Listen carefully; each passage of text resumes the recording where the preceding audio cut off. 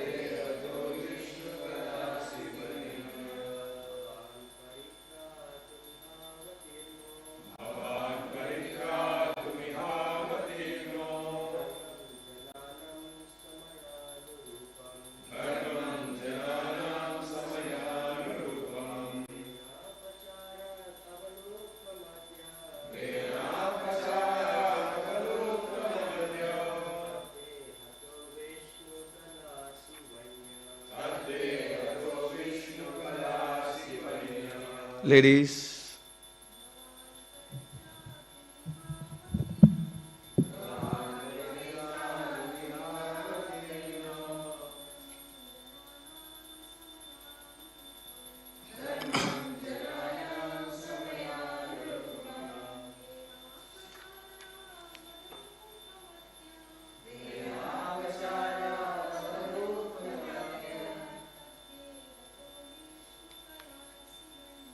taddehato vishnukalasi vainyo.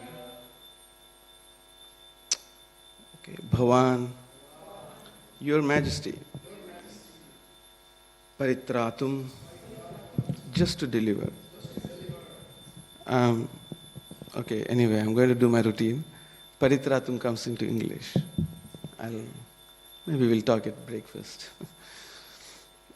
Iha, in this world, avatirana, incarnated, dharmam, religious system. Dharmam comes into Star Wars, by the way. May the force be with you. May the dharma be with you. Because George Lucas was inspired by Joseph Campbell. Joseph Campbell was the one man who got a good grip of Mahabharata and Ramayana and the Puranas. He was fascinated. So may the force be with you in the Star Wars. Anybody watch Star Wars? Okay. So, you should ask your children, they'll tell you. So it goes like, may the force be with you. It's like, may the dharma be with you. You might have heard in India, dharmo rakshati rakshitaha. Yeah, same thing, Star Wars. So, where was I? Should come back from Star Wars. Jananam So, the people in general, Samayanurupam, according to the time and circumstances.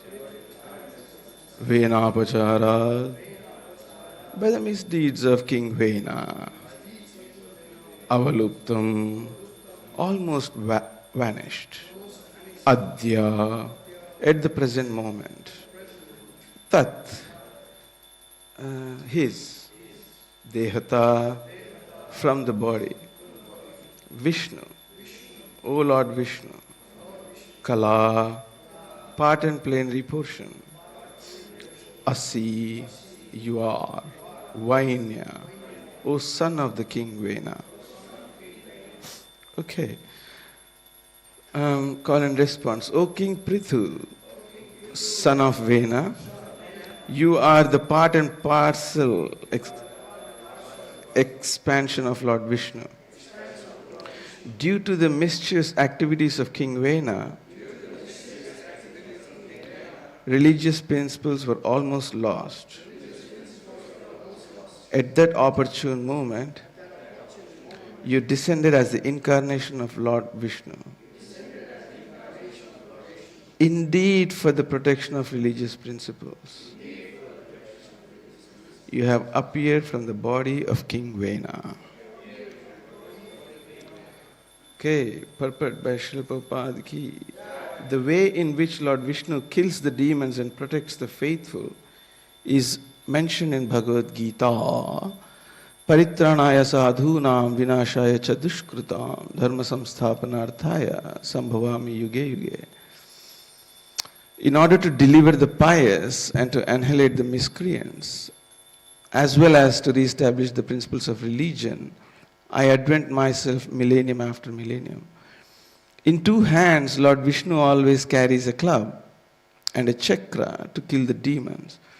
And in his other two hands, he holds a conch shell and a lotus to give protection to his devotees. When his incarnation is present on this planet or is in this universe, the Lord kills the demons and protects his devotees simultaneously. That's promising, isn't it? You ever think about that? It's promising, isn't it? So, he's just so concerned about you. You.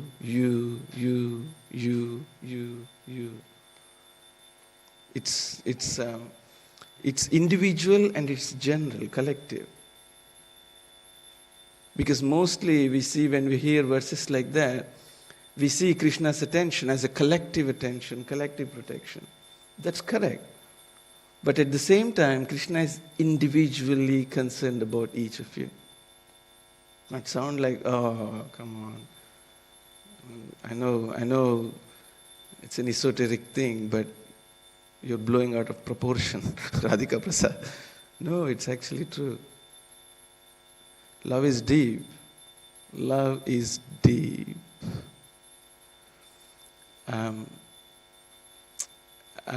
I do some projects anyway.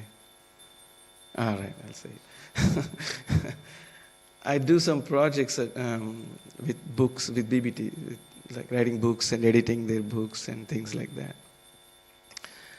And sometimes we convene and we do meetings and talk about the books. And I said when I started the meeting, I said something that the whole, everybody just stopped.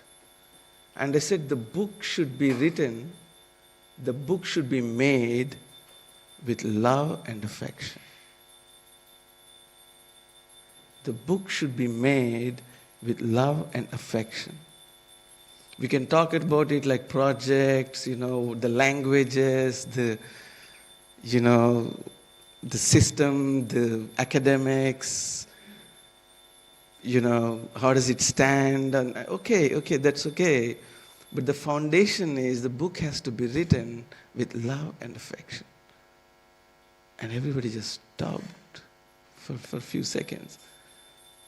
Oh yeah, that makes sense. So, as much as Krishna is collectively looking at dharma, he's also looking at each individually, like a psychological session. So, Yeah, when you really truly know Krishna, you don't want any other love. This is the best love story to tell. Like nothing Bollywood has. nothing, nothing anywhere close. Bollywood doesn't get anywhere close. Interesting.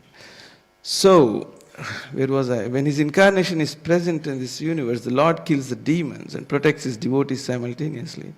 Sometimes Lord Vishnu appears in his person as Lord Krishna or Lord Rama. All these appearances are mentioned in the Shastra. Sometimes he appears as Shakti Avesha Avatar, like Lord Buddha or even Prithu Maharaj.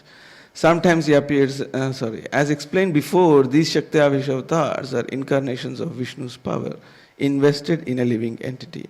Living entities are also part and parcels of Lord Vishnu, but they are not as powerful. Therefore, when a living entity descends as an incarnation of Vishnu, he is especially empowered.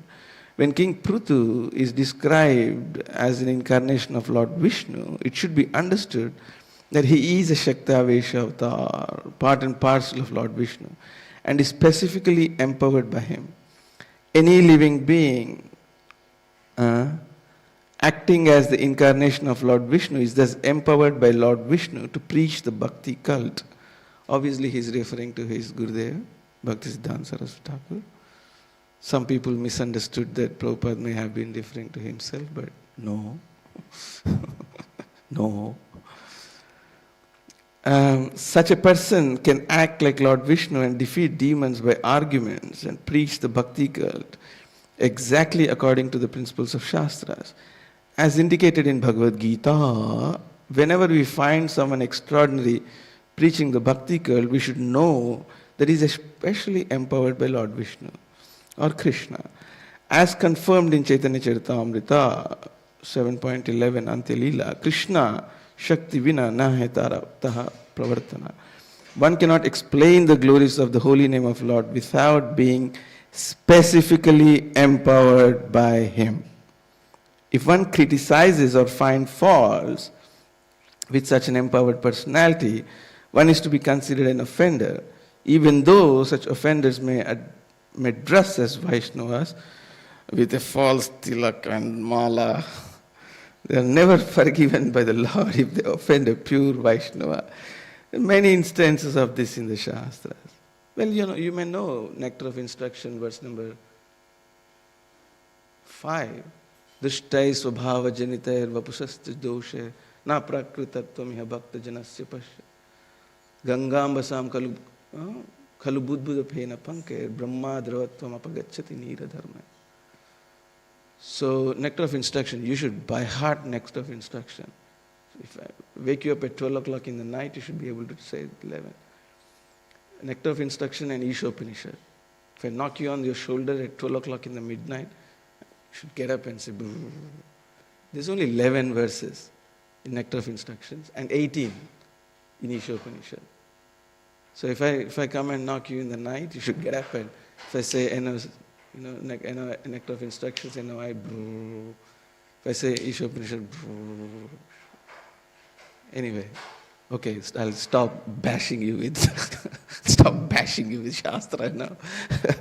Let's get back to the verse. Om Ajnanatimirandasya Gnananjana Shalakaya Chakshurulmitam Yena Tasmai Shri Gurave Namaha Vande Nandavraja Padarenu Abhikshnasha Yasam Harikatodgitam Punati Bhunatrayam Devi Krishnamai Prokta Radhika Paradevata Sarvalakshmi Mai Sarva Kanti Sammohini Para. So, we are at a part of Bhagavatam where there has been a little conflict between Indra and Prithu Maharaj. Usually, as loyal devotees of ISKCON or loyal devotees of Gaudiya Sampradaya, it is impulsive to just quickly jump and just condemn Indra. But everybody needs a lawyer. Everybody needs a lawyer. When you watch the movies, like when they catch the criminal, they say, you have right to be silent. Anything you say is going to be held against you in the court of the law. And you will be assigned a lawyer from the state, and you will have your fair opportunity. You hear that things? Like, oh, come on, we're in Australia. and Netflix. So everybody needs a fair lawyer. And today I'm going to take a little bit of, I'm going to try to be a lawyer for Indra. Is it okay? You mind it? See, before jumping into conclusions, and that's what Brahma is doing here. So I'm not causing a diversion in the Gaudiya Sampradaya or something. That's exactly what Brahma is doing. Brahma is saying everybody needs a lawyer, so let's be fair here. Okay, what's the big deal? Okay, you've done 99 Ashwamedha sacrifices. Okay, the last one, he's stopping. What's the big deal? You are a Shakti Avesha Avatar, you are a Vishnu, you are a Dharma. You've invented Dharma. You can flex the Dharma the way you want. You have that power. Krishna Shakti Vina Nahitara Pravartana. So you've done 99 heart sacrifice, you wanted to do 100. What's the big deal? You missed out on one. What's the big deal? Just relax. You understand? Sometimes we also take some vrata, to finish that, to go all the way, Bhishma Panchaka, to go all the way on that Chaturmas. No, okay, there will be circumstances where we may have to back out. It's all right. Krishna is not a jealous God. You broke my covenant, I'm going to burn you, put you in the lake of fire, and I'm the jealous God, I'll burn you, and I'll wake you up and I'll burn you more, just so you understand how much I favor the promised land. It's not land. You know where I'm speaking from? Okay. So, you know where I'm speaking from? Bible. So, that's the Bible. So, Krishna is, we're talking about a fair God he's not jealous, he's not angry, he doesn't have any psychological problems. Good news is God doesn't have any psychological problems. He's not pathological. He's not like that. So, he understands when you have to back out. So Brahma is saying, no problem with backing out. And why is Indra doing all this? The sannyasa vesha coming, and we can quickly jump into conclusions, and, Gaudiya Sampradaya, thump Indra down, take the Prithu Maharaj side because it's Shakti. No. Think about the both sides. It's extremely important. What happens, what Indra is doing here, is this is going to be very addictive. In the age where they were, performing an Ashwamedha sacrifice and getting the Somarasa and escalating into the higher realms of this universe and aspiring that kind of life, that heaven, it can be very addictive. Even now in this world, you take your kids to the movies, and then there's up there golden class. I'll get to that golden class next time. Golden pass, It's always, you go to a holiday and someone else comes and says, oh, you've been to Hawaii and you haven't been to the Sunset Club on the beach?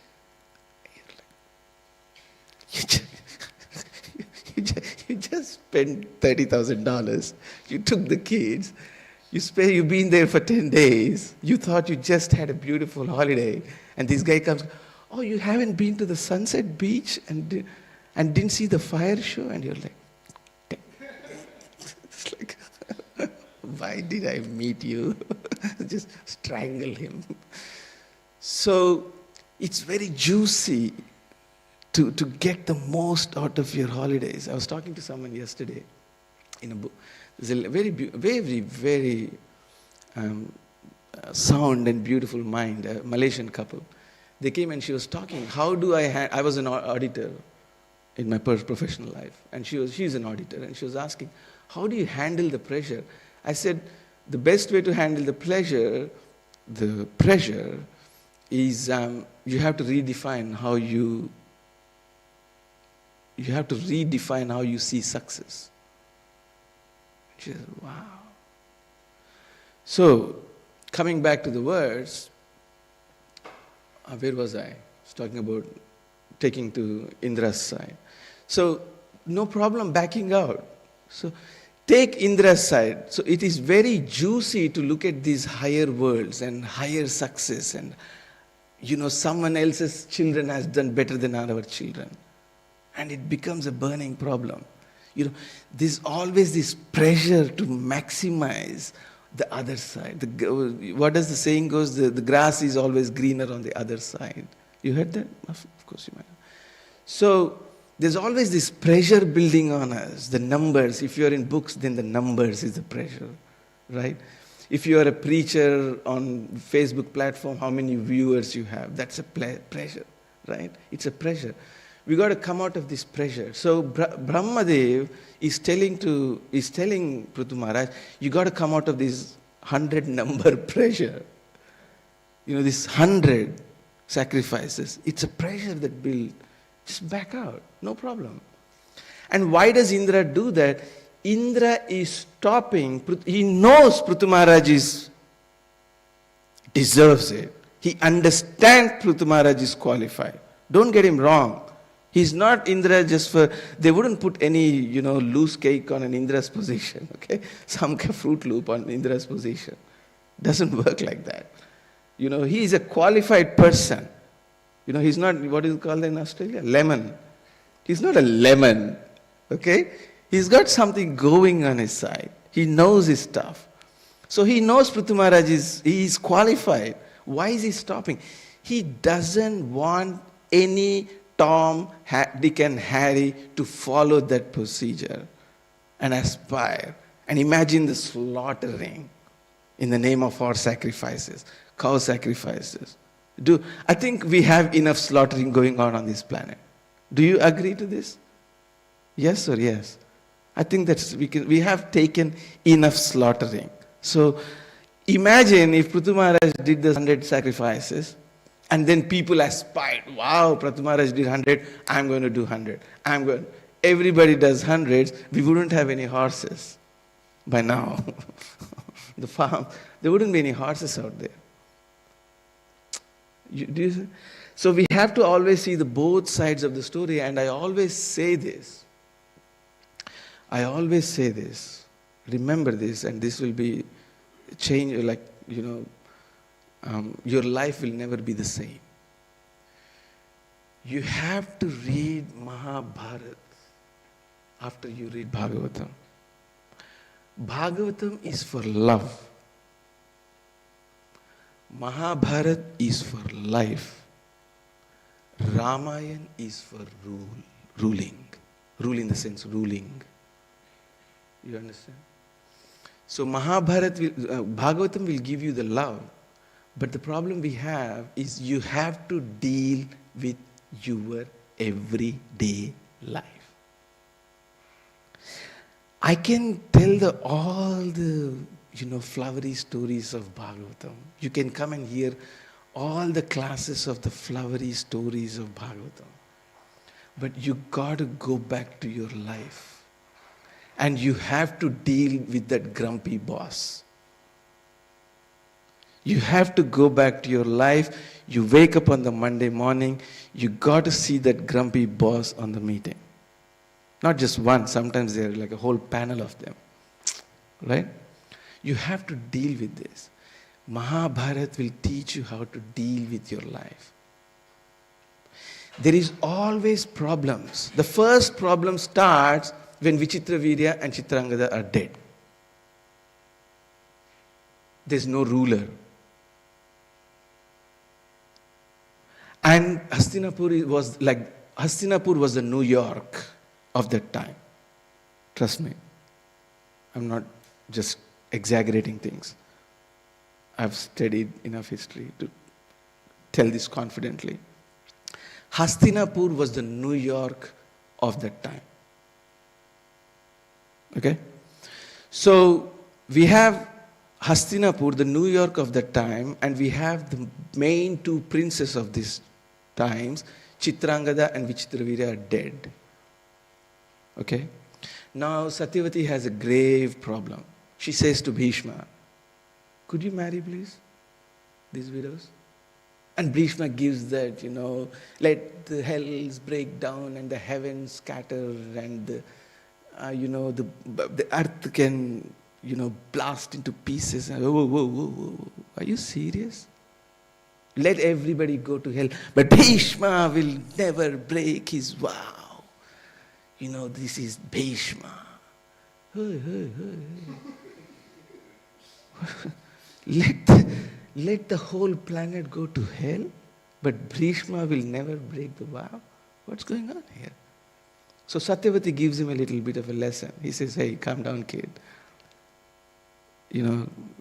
So these kind of dharma conflict, what to do, what not to do, keeps happening again and again and again. When Dronacharya has to be killed, here is Bhima arguing. He's Arjuna saying, no, you can never kill him. Bhishma is saying, just chop his head, man. You want me to do it? It's like, Bhima is always like that. You can't do it? You want me to do it? And Krishna is saying, well, I have other plans. We can do it, but there's other ways to do it. So there's always this dharma sandigdha, this dharma conflict. And everybody speaks from dharma. Nobody is wrong. Like think about when Ashwatthama was supposed to be killed, right? Here is Draupadi saying, don't kill him. Bhishma is saying, finish him off. Atatai is deserved to be killed. But Brahmana cannot be killed. So what do we do? There's always this dharma sandigdha going on throughout Mahabharata. Even when Bhima was sent to be killed to the Bakasura, when they were in Ekachakra, everybody said, Kunti said, yeah, let him go. Yudhishthira said, no, how can I send my brother? And then Kunti Devi gives him a little dharma lesson. No, we have taken shelter of these people. Now we have a duty to protect. Any other dharma will have to be preceded by this dharma. There's always a conflict. There's always something conflict going on and something supersedes over it and they'll show what should prevail. This is always happening throughout dharma. So when you see, why did I talk so much about dharma? Because it is said, dharmam janana. You are the knower of the dharma of the people. So what is our dharma? We need to understand what is our dharma. Okay, thank you Radhika Prasad. Fired up dharma, little fired up session on dharma. So what is this dharma? Dharma has so many connotations. It's a very, very big word, dharma, okay? It's very hard to find equivalent words in English. But to put in simple words, dharma is your unique role in Krishna's life. Dharma can be justice. Dharma can be nature. Like they say that dharma of water is liquid is to flow. Dharma of Agni is to burn. Dharma is justice. Someone infringes your rights and you have to fight against this. Dharma is justice. Dharma is law. But Prabhupada is saying religious principles here. So because Prabhupada draws the overarching, he goes to the archetypes. Religious principle, what is your particular role in Krishna's life? That's dharma. Your particular role in Krishna's life. You have to find that.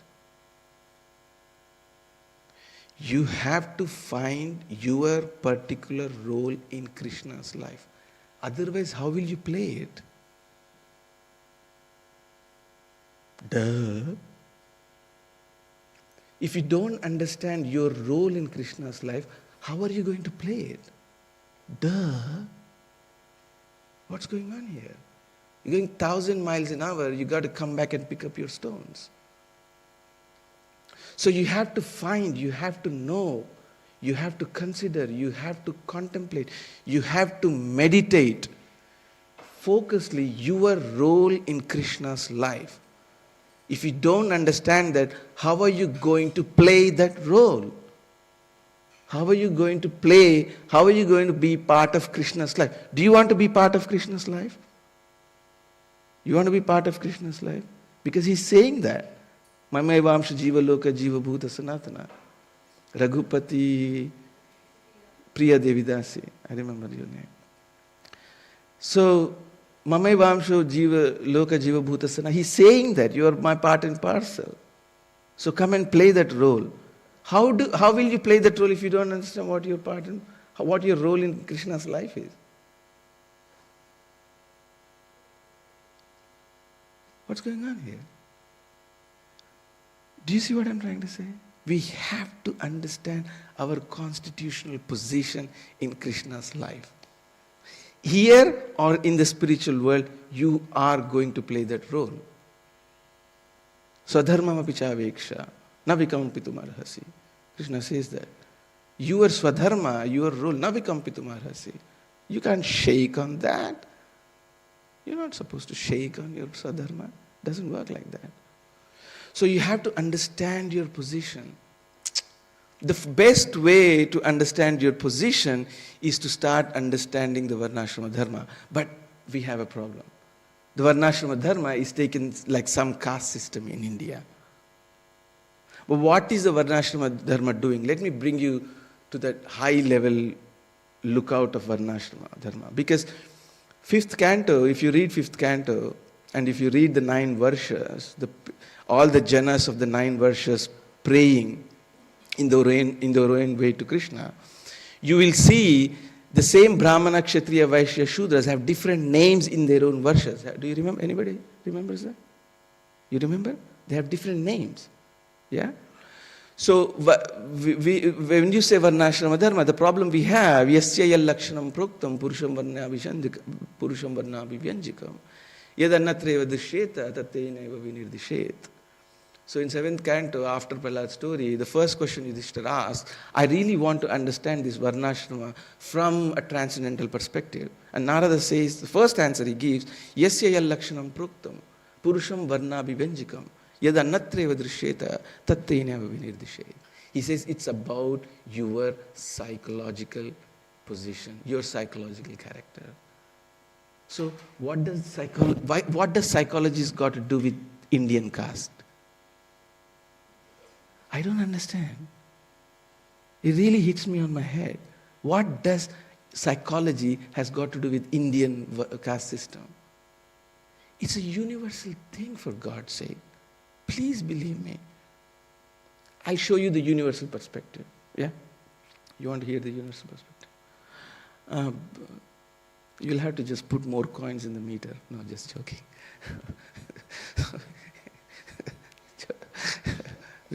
You got to have a laugh. So, there are some people who will fight ignorance. There are some people who will always fight ignorance. That is their mojo. You will never be able to back them out. What are they? Teachers, Brahmanas. What does that have to do with Indian caste system? Can someone please tell me? Please. There are people who will fight infringements, encroachments, injustice. Who are they? What does that have to do with Indian caste system?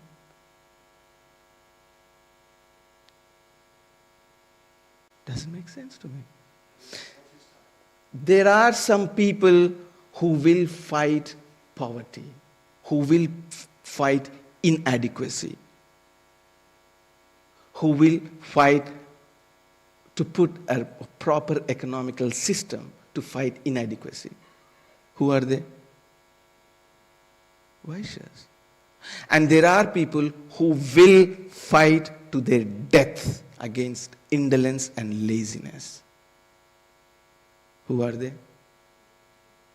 Now you tell me, what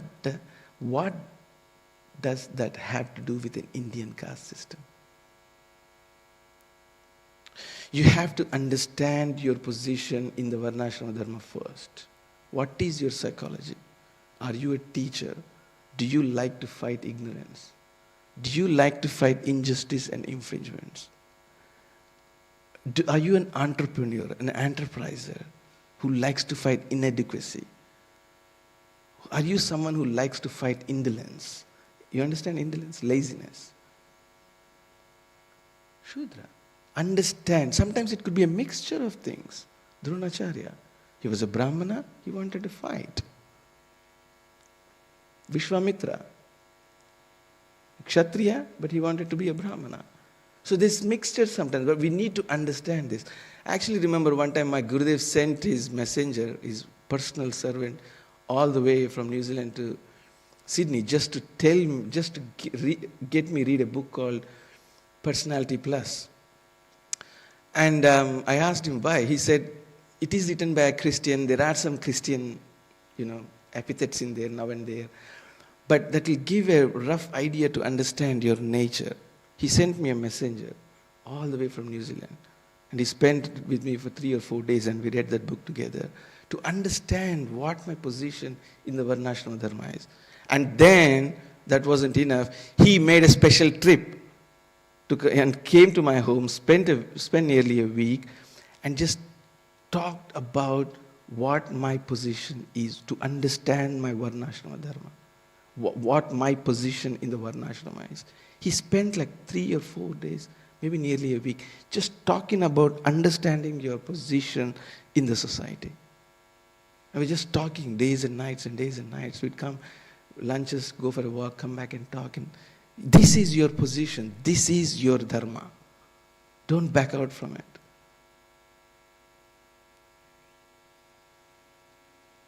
I said, yes. Yes, Gurudev. That's your dharma. Don't back out from it. You have to do that. So first we need to, yasya lakshanam proktam purusham varnabhivanjikam yad annatrev drishyeta tattayena vinirdisyet.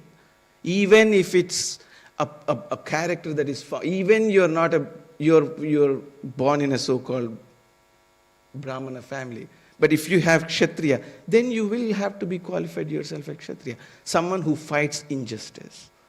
Someone who fights infringements. It's got nothing to do. So first, in the psychological order, you got to understand your Varna and Ashrama. What is your psychology? That book is very good, Personality Plus. She divides 4 and little. She divides people into 4. Number 1, she says, perfect melancholies, Brahmanas, attentive perfectionists, and then cholerics, powerful cholerics, like politicians, taskmasters, Kshatriyas. And then third, she calls sanguines, popular sanguines, the entrepreneurs, the jingjangs, enterprisers, arrangers, organizers. And the fourth one she calls peaceful phlegmatics. Just tell me what to do. You manage the project, just tell me what to do. We'll fix it up. You just go and do your meetings, come back, we'll fix it up. She puts them in that kind of, and she makes us understand. There's a lot of Christian thing in there, so of course you have to be careful how much. Okay, so being recorded. Okay, I'll say it. How much fanaticism we can take, okay? So we have to be careful. But it's a very good guide. Better is this that I provided you, the guide of people who want to fight ignorance, people who want to fight infringements, people who want to fight inadequacy, people who want to fight indolence, laziness.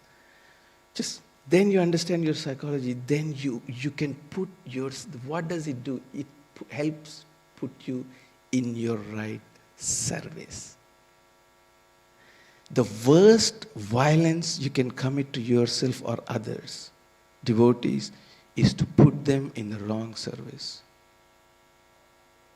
Now listen to this carefully, because you're going to grow up And you're going to get grumpy like me. No, joking. No, you're very nice people. So you'll be much more flamboyant and much more positive than me. But when you grow up like me, you will come into that position where you will have to guide. You accept it or not, Bhakta Ed. You will become a teacher and you will guide people. You accept it or not. Otherwise, you wouldn't be here with a pen and a notebook. You wouldn't be here. That's your nature. To learn. You will guide. But when you guide, when you become that leaders, when you become that guides, remember one day, April 20th of April 2025, Radhika Prasad said this. The worst violence you can do is to put people in the wrong service. Understand their nature and put them in the right service where we flourish. That is Jana Dharma. To build a system where we are facilitating people to advance and grow according to their psychological propensities. That is Dharma. There was no organized religions when Krishna came to this planet. There was no Pope. There was no Messiah and the 12 apostles and the big church and the Pope or what do we have in India? The acharyas and the pitadhikaris and the caliphs and the mullahs, the big caliph and the mullahs. There's no organized religions. Every 5 streets had a guru. Every 10 streets had one guru. And all the children went to that guru. It's not just in India. Same in Greece. Alexander went to Aristotle. What was it? It was a Gurukula. No jokes. I'm serious, Ishwaradeshwar. When Alexander chose Aristotle, it was a Gurukula system. When Socrates was going to his teachers, it was a Gurukula system. It's nothing to do with India. Every 5-10 street used to have this, the whole this international educational system. If anything, it screwed up the whole planet. Because they will never understand your personal life. When you have a teacher that belongs to your street, within 10 streets diameter, circumference, he knows your propensities. He knows where you come from. He'll understand it. And what do? They facilitate you, train you for your future. So next stage of your life, you're fully equipped. Your senses are in control. You're not like you see the opposite sex and go, no. Okay, it's just an organ. Relax. It's just one of the organs in the whole body. So calm down, young fellow. Do you know what I'm saying? So they will understand your propensities. That's how the Guru, even ladies had their own Gurukula teachers. You might wonder. It's nothing, this ladies, men thing. They had their own Purnamasis. They had their Purnamasis. Purnamasi is the archetype. I'm using the word. But ladies had their Purnamasis in the villages, in the towns, in their little centers. So they knew, they trained you. What for what? So when you grow up, you equip yourself and you make this world Krishna conscious. Krishna is very, very dynamic. We are afraid. We are so afraid to either understand Krishna's dynamics, or if we understand, then we are afraid to tell it to people because people will start thinking we are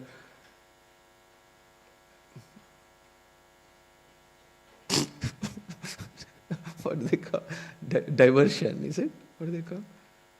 Diversion, like he's diverting, like he's fallen. Anyway, so we are afraid. Either we don't understand the dynamics of Krishna, or we don't. If we understand, then we are afraid to say it.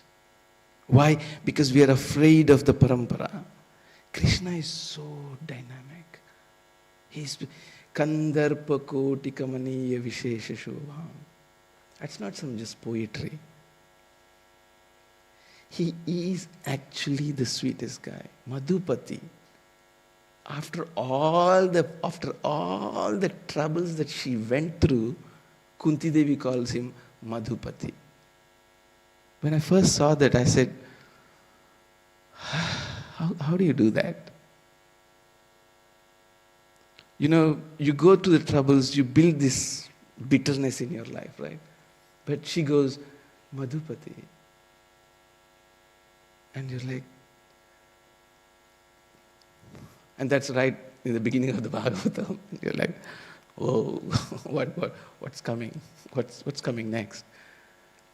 So we need to really understand the dharma, and then you understand your position. And this happens here, and this happens in the spiritual world.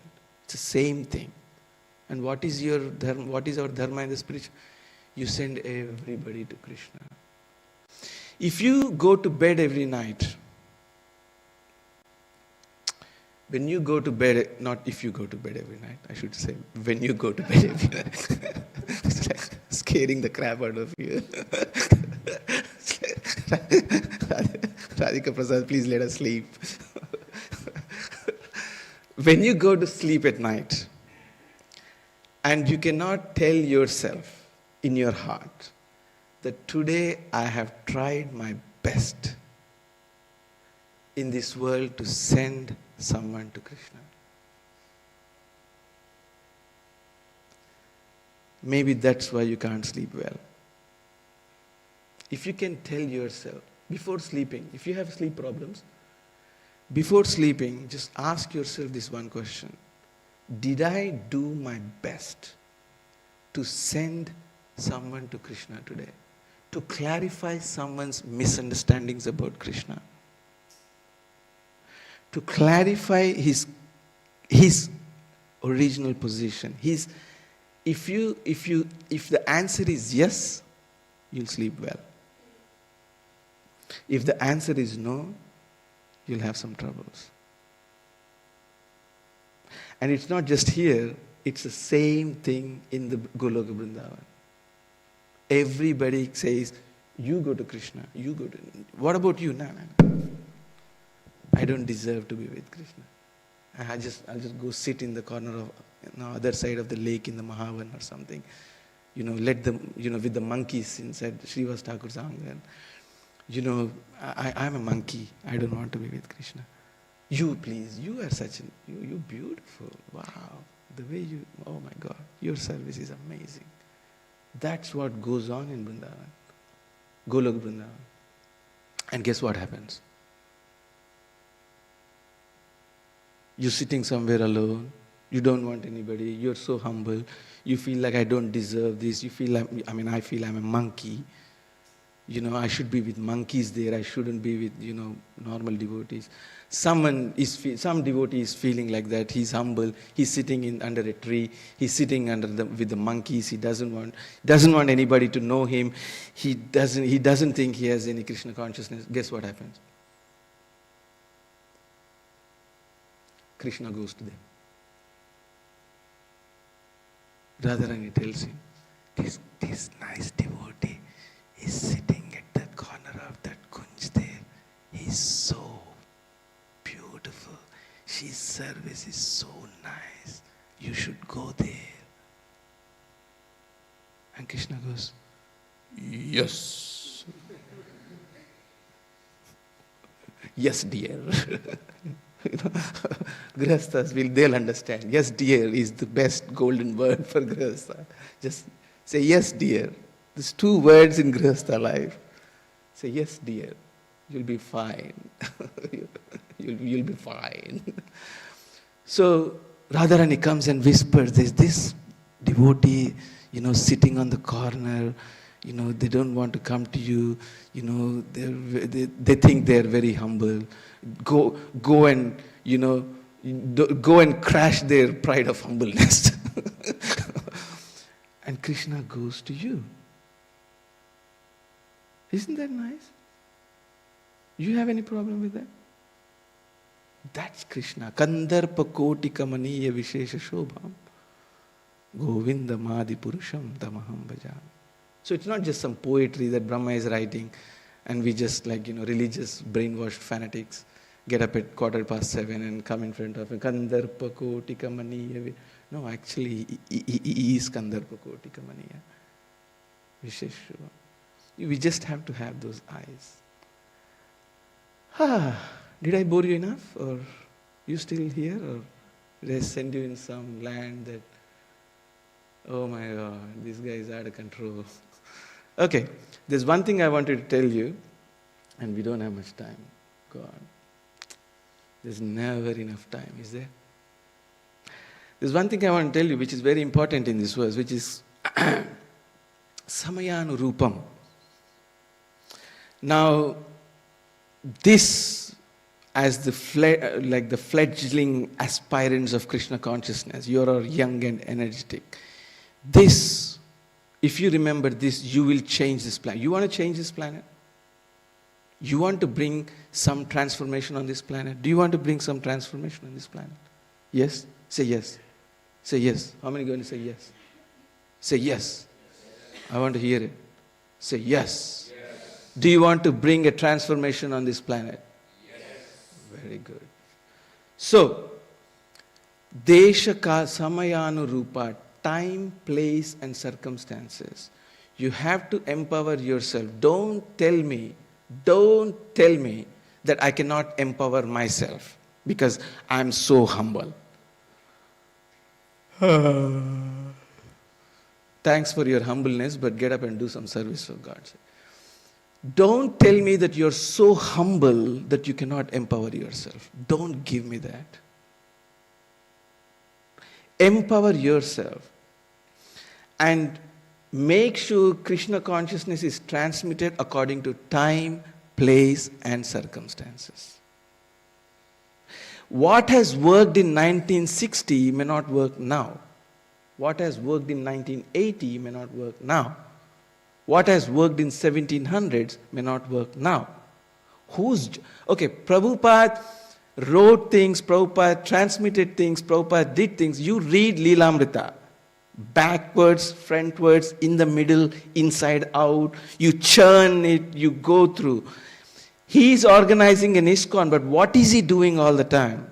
According to the time, place, circumstances, he is empowering his students. He's not setting up like some Hindu religious system. Come on. If that's how people see it, I feel very sorry for them. He's setting up a system where his students are equipped according to their psychological propensities and tendencies so they can advance with their potentials according to the time, place, circumstances. He is the first Acharya in the whole Indian Sampradayas who put Matajis in the DT room. Show me one place in Vrindavan where the Mataji goes into the DT room and performs Arati. He is the first person who put Matajis on the streets with books. You heard story from the Amrit Swami Maharaj. How many times? The lady that gave him Bhagavatam, Mataji, she's still there. I saw her in Vrindavan. So, he is the first Acharya. Time, place, circumstances. Remember, you will be an Acharya with a small a. Prabhupada is an Acharya with capital A. Okay, Acharya is simple terms in Sanskrit, is a teacher who teaches by following. That's all it is. It's not such esoteric. Prabhupada is an Acharya with capital A and he'll always remain the Acharya with capital A of ISKCON. But you will at some stage become teachers. When you become teachers, you remember this. Time, place, circumstances. Anything that has been repeated thrice in Bhagavatam, what does that mean? Huh?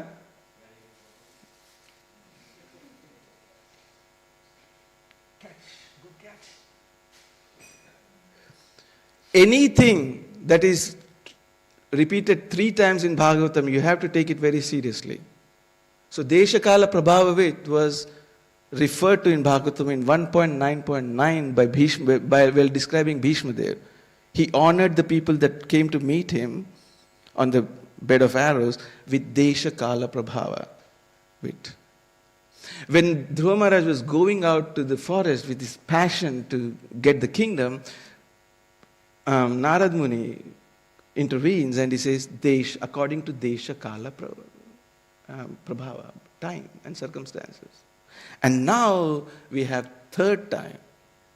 So 1.9.9, 4.8.54, Bhagavatam 1.9.9 is Bhishma Dev, 4.8.54 is Prahlad Narada Muni, and we have 4.19.37, 3 times. Time, place, circumstances. You don't be so humble that you won't take the position of a teacher or a guide. Don't be so humble that you don't take a position. If it's nobody else, let your children, your teacher for your children, aren't you? It doesn't have to be like, going and taking over North Sydney High School or something. No. You could be a teacher for your children. You could be a teacher for your neighbors. You could be a teacher to your friends. You could be a guide to your friends. But guide them according to time, place, circumstances. Because Krishna, in one part, sorry about loading you with this Bhagavatam purpose, but can you do me a favor if you get a chance, sometime, read 1.5.22.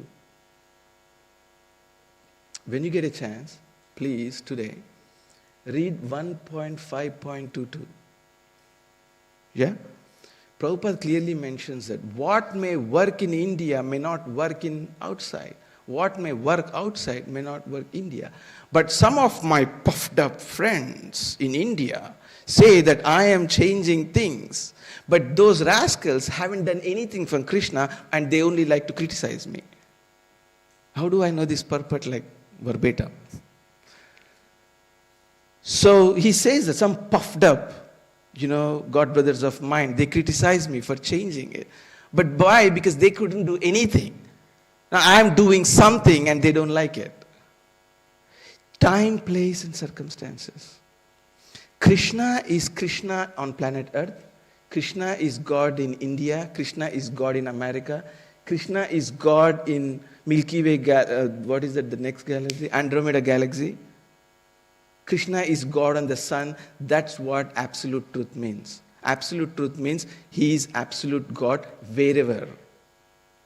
It's not, Nepal, India, Bihar, New York, Aborigines, Poly Islanders, Pacific. No. Krishna is Krishna everywhere.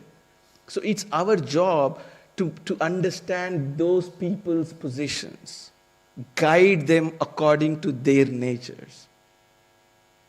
Different strokes for different strokes for different folks. So this is so finally, I'll finish it now. Finally, the position to understand your dharma, to understand, is to understand your role in Krishna's life. If you haven't still figured that out, I beg you and I plead you and I pray, meditate hard.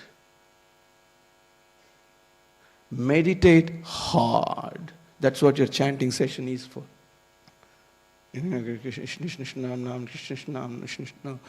That's where you do it. You beg, you die, you come onto your knees and you pray hard. Please, Krishna, tell me my role in your life. And why? Because I want to play it correctly. That's what you do in our chanting. Once you understand that position, then why? Because Krishna belongs to you and you belong to Krishna. And this is the best love story you can ever tell. Krishna, okay, let's repeat this. Can we all do it together? Krishna belongs to you. You belongs to Krishna. And this is the best love story you can ever tell anybody. Okay. I'll shut up and let you do this. Can you do this, please, together? 1, 2, 3.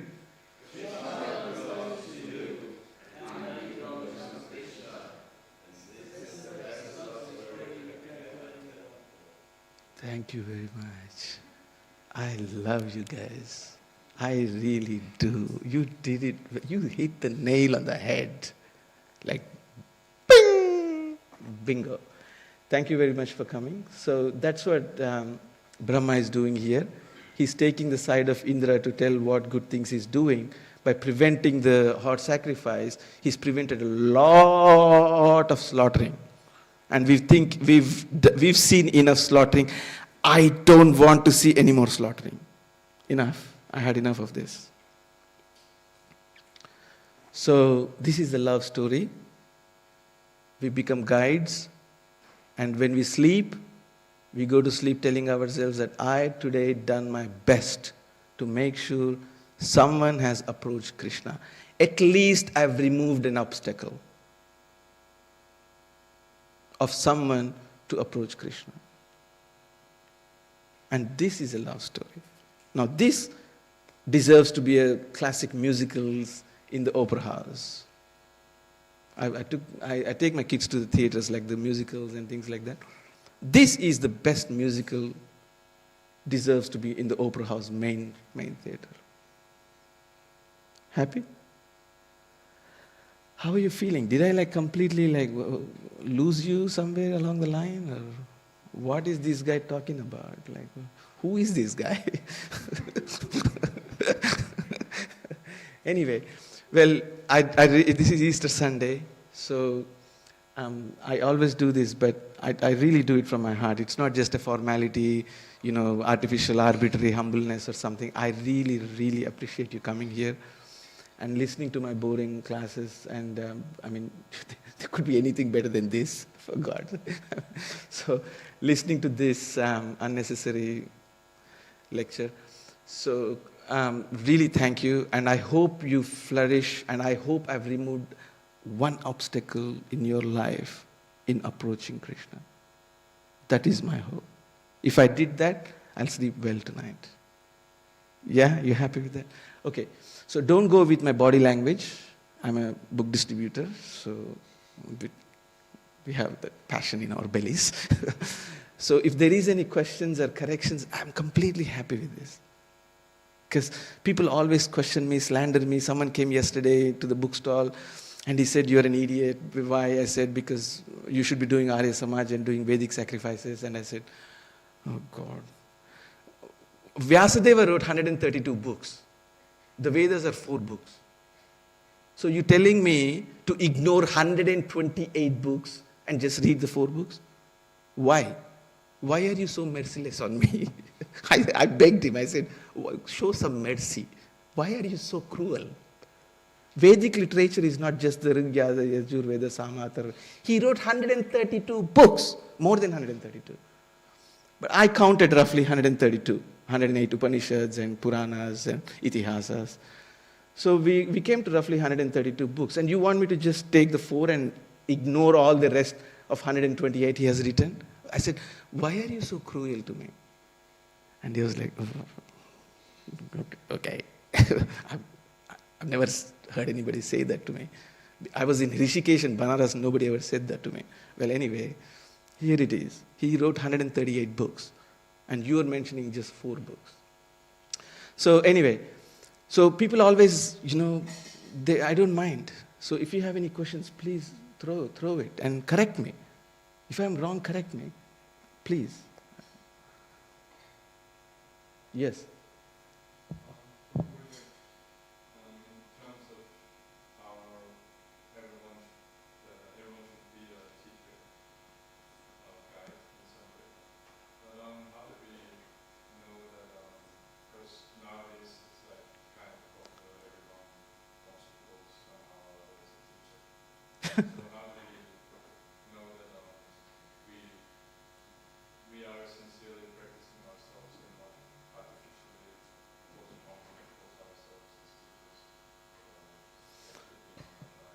That is so good. That is so good. Very, very good point. You are a true disciple of Devananda Swami. Very good question. So there's something called, there's two things to deal with this. Hare Krishna, we have an answer for everything. You just have to put more coins in the meter. Just joking. There's two ways to do this. One is we have a moral compass. You understand moral compass? Have you ever heard this term, moral compass? When you're in the ship, the compass tells you which part of the ocean you are. In the same way, Immanuel Kant, the German philosopher, he says we have a moral compass of our morality. There is a compass that always tells us, are we being true to ourselves? There's always a moral compass in there. And Carl Jung calls this unconscious, the unconscious. Anyway, I won't bore you with all that. But the point is, there is a moral compass that's always telling you. When you go to the gym, if the trainer has given you, like, you can do 16 pounds, but he only gives you 6 pounds, he's not doing you good. But your position is 16 pounds, he gives you 25, 26 pounds. He's not doing the right thing. You understand? So in the same way, when you're training yourself, you understand where you are lighter or where you're pushing yourself to the point where you're tearing your muscle. So we don't want you to take the 4 pounds and go, yeah, I've done 1,000 today. But that was a 4-pound bundle from Okay. No, but your power is 16 pounds. You know that, don't you? You will know when you take a dumbbell that you can do 16, right? When I was 21 years old, I could do like 16 pounds, boom, boom, boom, boom, boom, 1,000 of them. Not now. So you know what your power is. You know you have that moral compass of what your ability is. And you have to follow that moral compass sincerely. That's only one part of the story. The second part is always having a guide. A guide that is not there to make sure... I'm talking about usually other religions that I see. So nothing to do with ISKCON, or I'm not taking a shot with anybody. But usually when I see other religions, when I'm always on the streets, so as you can imagine, I meet a lot of religions, like hundreds of them. Okay? Most of them want a cheap labor. Most of them just want a cheap labor under their little center. That's not the right teacher. I'm talking about a teacher who is tailoring your psychology and making sure you are in the service where your obstacles are being taken off in your approach to Krishna. So there has to be a guide who's doing it. And then you have this moral compass inside you, that you're not, doing 4-pound dumbbell. Or one day you get up and say, no, I really want to change this world. I want to, bring a revolution, renaissance, a spiritual revolution. So I'm going to pick up 30-pound dumbbell. No. Stick with your 16-pound dumbbell. Stick with your nature. Understand your personality. And you need a guide who is not, like the Potter's Club there. Anyway, oh God, I said the name. Anyway, oh God. Anyway, the Potter's Church or something, cheap labor. Oh God. I'm even saying the names here. So it's not like that.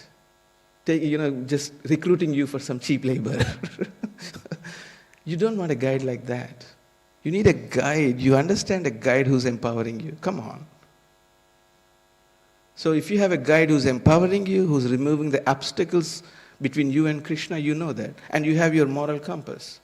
And when this moral compass inside, and then this guide you meet,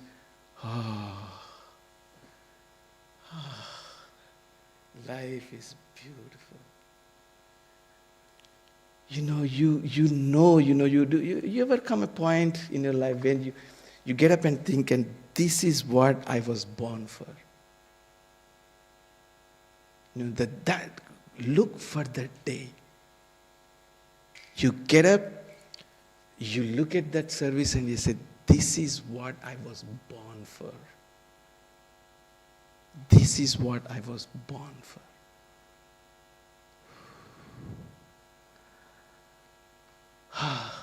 Such a relief. I mean, how can I tell you what a relief that is? How can I convince you?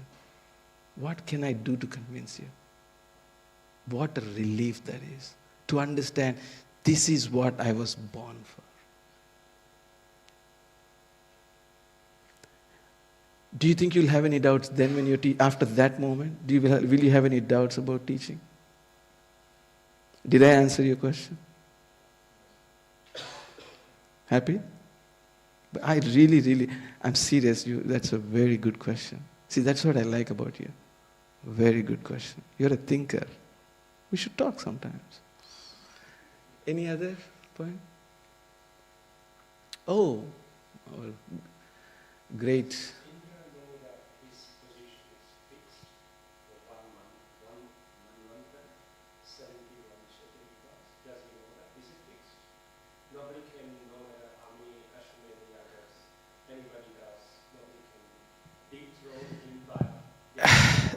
See, there is some Indian folk stories there.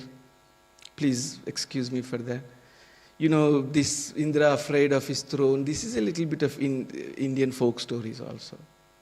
Okay? I mean, I know we have a thing against Indra because of the storm he caused in Vrindavan. Okay, that's acceptable. I know as a devotees we have a little, that thing against him. And okay, understandable. But let's look at larger picture. Any douchebag, it cannot be Indra. He's there because of some qualification. He knows his Vedas. He knows his time. He knows when to step out. He knows when to get in. The reason he's doing to the point of extreme, where people are, naming him and shaming him. Sometimes it happens. Okay. You see some CSI police stories.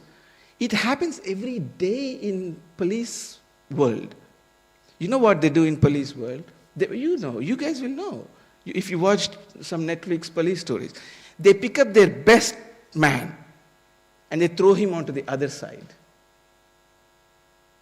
And they get clues. He becomes an informer. And they get clues of that mafia from that informer. It always happens. So God throws some of his best people to the other side. Akrura, all of a sudden he becomes the villain of Shamantakamani. Akrura. We take him as one of the 9 processes of bhakti. And he becomes like one of the negative characters in the Shamantaka jewel. I mean, come on. What, he lost the plot for a minute? No. God throws them like that. Police do all the time. They send their best people into the mafia. Departed? You watched the movie Departed? They throw the best people into the mafia. And then they go there and then they become an informer. And then, Brooklyn, 12th Avenue, Brooklyn, the car with the blue 927. Yep, that's got the 4 kilos in there. And then the bingo. They're all surrounded by the police and they're thinking, how did they know us? Because there was an informer inside.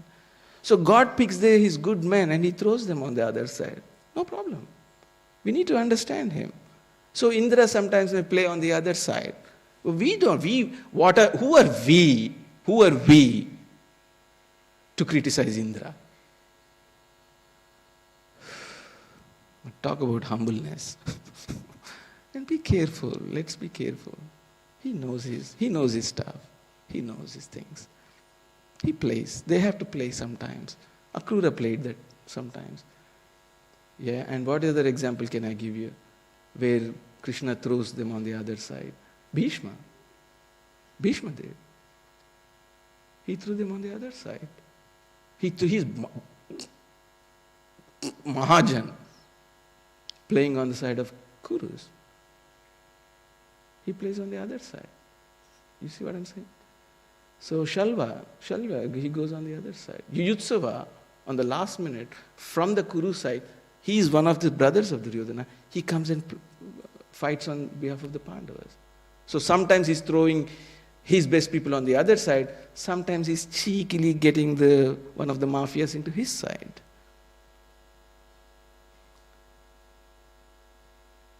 What are you going to do? What are you going to do? It's his world. What are we going to do? It's his world. We play our roles. We play our roles. We play our roles with full integrity. We play our roles with full love. Not necessary And that for will be him the to best love perform story.